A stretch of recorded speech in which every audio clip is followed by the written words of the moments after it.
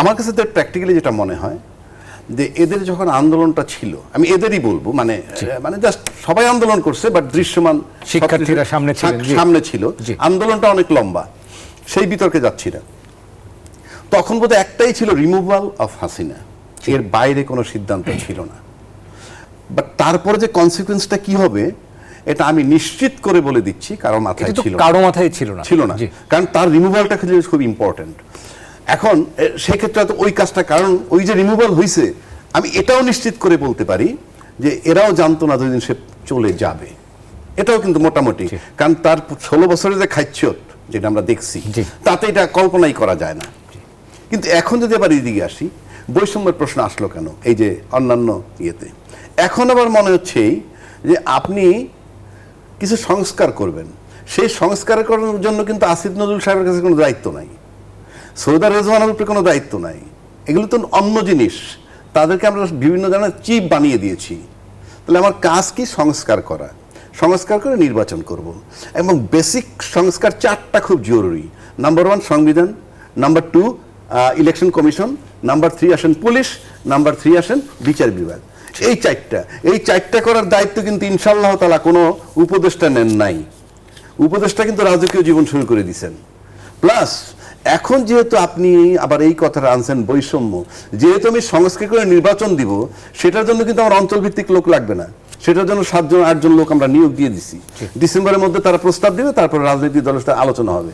আর এখন এই যেটা বলা হচ্ছে, এতে মনে হইতেছে একটা লম্বা সময় থাকার একটা প্ল্যান আছে। তা না হলে আমি কেন, যেহেতু আমি নির্বাচন দিয়ে চলে যাব সংস্কার করে, তাহলে আমার এই বিষয়গুলো আসা খুব জরুরি না। কেন বলছি না? বৈষম্য দেখানে স্কোপ নাই এখানে। কেন নাই? আমরা যদি খারাপ অর্থে, নেগেটিভ অর্থে, আমার ছোট ভাই এখানে আছে, নেগেটিভ অর্থে যদি ধরি যে আমি এটা লাভবান করব, আমি কিছু টাকা রোজগার করবো, কথার কথা, তাহলে তো সারা বাংলাদেশকে দায়িত্ব যেটা কয়, যেখান থেকে পাওয়া যায়, সেটা হল LGRD মিনিস্ট্রি, যা সারা দেশব্যাপী নেটওয়ার্ক।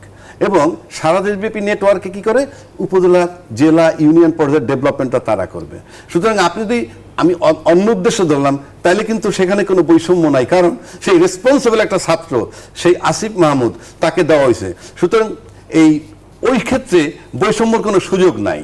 আর যেহেতু সংস্কার করে নির্বাচন দিবে, সুতরাং সেইখানে এই বৈষম্যটার বিষয়ে আলাপটা করার মানে হচ্ছে অঞ্চল ভিত্তিক থাকার, মানে চাওয়ার মানে হচ্ছে যে অঞ্চলটাকে সবাই ডেভেলপ করা পলিটিক্যালি। কারণ ইতিমধ্যে আমরা একটা গন্ধ অলরেডি পেয়েছি, একটা কথা আসছে খুব ইন্টারেস্টিং, ইদানিং যে বিষয়টা নিয়ে এই তত্ত্বাবধায়ক সরকার ভয় পাচ্ছে, সেটা হল তাদের কর্মকাণ্ডকে রেটিফাই করার যে একটা ব্যাপার, এটা কিন্তু তাদের মাথায় এখন আছে।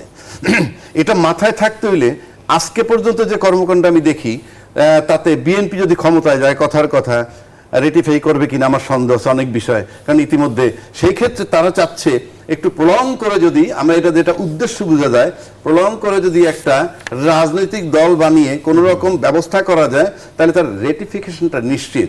কারণ এটা যেহেতু একটা অলরেডি তারা অলিখিতভাবে একটা কি বলে এটার কি বলে অধ্যাদেশ জারি করতে যাচ্ছে, প্রজ্ঞাপন বা অধ্যাদেশ, এটা কিন্তু পরোক্ষ অর্থ দাঁড়াবে ইনডেমনিটি অধ্যাদেশ, পরোক্ষভাবে। তো সুতরাং আমি নিশ্চিত করে বলতে পারি, আপনি যে বৈষম্য বিরোধী ছাত্র, এদের সাথেও সরকারের দ্বিমত হয়েছে। কেন?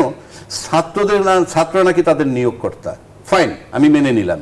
ছাত্ররা যদি নিয়োগ করতে হয়, তাহলে তাদের উপর দায়িত্ব বেশি দিতে হবে। তারা যখন 2টা উপদেষ্টা নিয়ে যাচ্ছে, তাই ভাবে বিতর্ক করছে, কেন তাকে সরানো হলো না? কেন? ছাত্ররা তো আপনার নিয়োগকর্তা, simple, number 1। Number 2, Nahid, Asif Mahmud এবং মাহফুজ আলম, তাদেরকে নিশ্চয়ই সরকার অযোগ্য মনে করে না। আমি যোগ্য অযোগ্য মনে করি কি না করি, এটা আমার ব্যাপার। সরকার তো অযোগ্য মনে করে নাই। সরকার যদি যোগ্য মনে করে, আমিও মনে করি তরুণদের যোগ্যতা আছে, তাহলে আপনি ফারুকী আর বশিরকে টানছেন কেন? টানার পর এত বিতর্ক হওয়ার পরও আপনি তাদেরকে সরাচ্ছেন না কেন?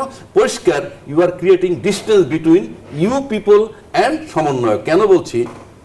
আপনি গল্প লেখা কিন্তু মানে গল্প পড়ার পর মনে হয় কি আমি একটা লিখতে পারবো, কিন্তু শুরু করলে দেখা যায় শেষ করা যায় না, এত ডালপালা গজায়। আর একটা ব্যাপার হুইচ ইজ ভেরি পেইনফুল, একটা অন্ধ লোকের, আমি ফেসবুক থেকে বলছি, একটা অন্ধ লোকের সবচেয়ে ভরসা থাকে লাঠি। কোন রকম যে চোখের আলো ফেরত পায়, সবার আগে লাঠি ছুঁড়ে ফেলে। তো আপনি যে ছাত্রদেরকে ক্ষমতায় গেছেন তাদেরকে আপনি ছুঁড়ে ফেলার লক্ষণ আমি দেখতেছি। কেন? তারা বারবার বলতেছে আমরা যেমন আনছি আমরা সরিয়েও দিতে পারবো। সুতরাং আমার কাছে মনে হয় আমি যে নেটওয়ার্কটা দেখতেছি উপদেষ্টাদের, আই এম ইন ডাউট যে ওদের সাথে গ্যাপ বোধহয় আরো বাড়াবে, and they will prolong their staying in position, কারণ তাদের সমস্ত কর্মকাণ্ড রেটিফাই করতে হবে, সেজন্য বিশ্বস্ত সরকার দরকার।